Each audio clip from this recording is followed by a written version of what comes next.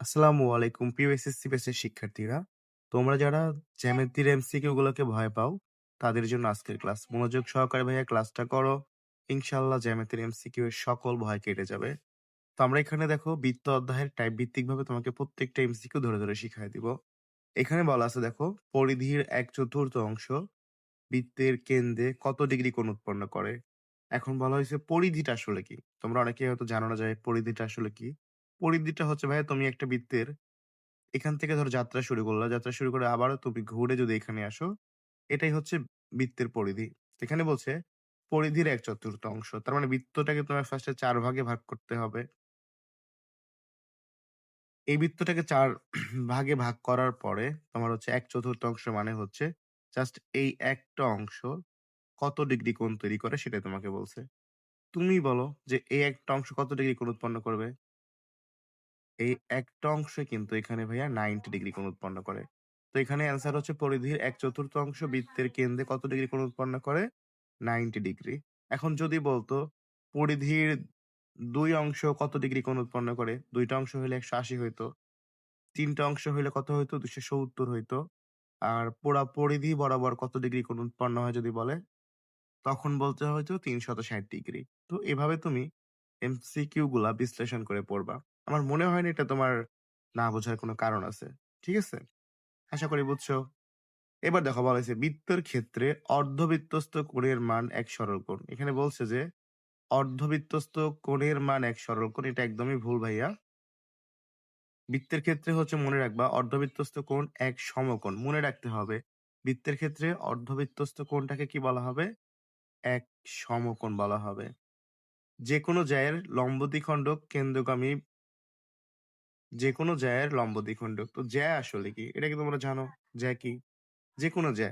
দেখো বৃত্তের আমি যদি এভাবে একটা দাগ টানি, এটা কিন্তু একটা বৃত্তের জ্যা। তুমি যদি এখানে একটা দাগ টানো, সেটাও একটা বৃত্তের জ্যা হবে।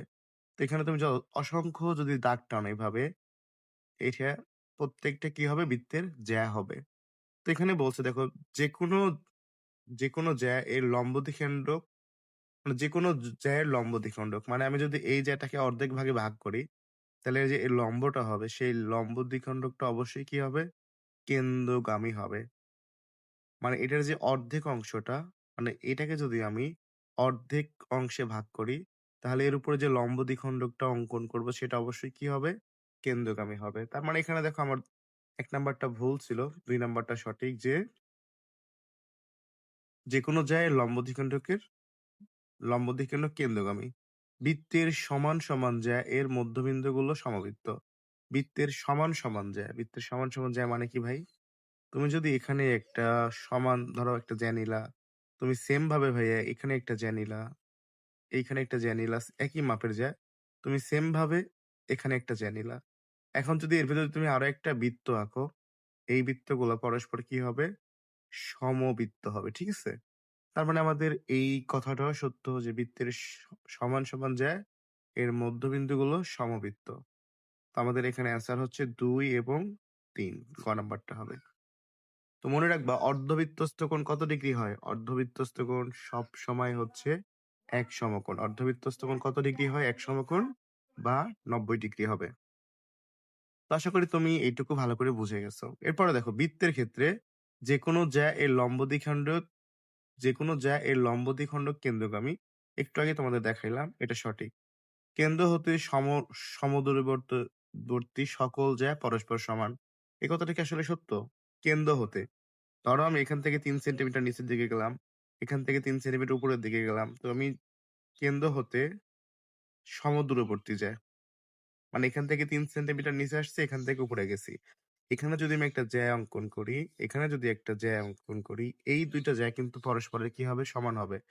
তো কেন্দ্র হতে সমান স সমান দূরবর্তী জ্যা পরস্পরের সমান। এই যে কেন্দ্র হতে আমি এদিকে ৩ সেন্টিমিটার আসছি, এদিকে ৩ সেন্টিমিটার গেছি।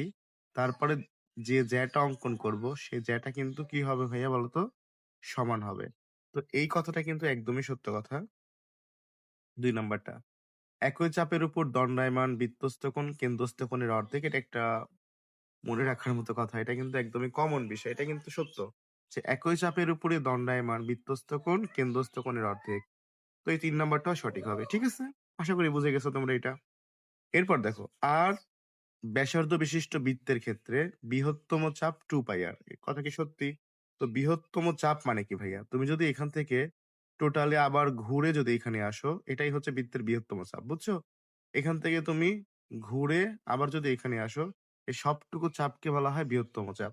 তো আমরা যদি বৃত্ত এভাবে পরিধি বরাবর একবার ঘুরি, সেটা কত হয় বলতো? 2 পাই আর হয়। বৃত্তের পরিধি 2 পাই আর। সুতরাং এখানে বৃহত্তম চাপকেও আমরা বলতে পারি 2 পাই আর। এই সবথেকে বড় চাপটাকে হচ্ছে বৃহত্তম চাপ। আর বৃহত্তম চাপকে আমরা কি বলতে পারি? 2 পাই আর বলতে পারি। এটা সঠিক। এবার বলছে বৃহত্তম এটা বৃহত্তম ব্যাস হবে। আচ্ছা বৃহত্তম জ্যা হবে। বৃহত্তম জ্যা 2 আর। এটা কি সঠিক ভাইয়া? বৃহত্তম জ্যা কোনটা? যেটা তোমার কেন্দ্র দিয়ে যায়। দেখো এটা একটা জ্যা।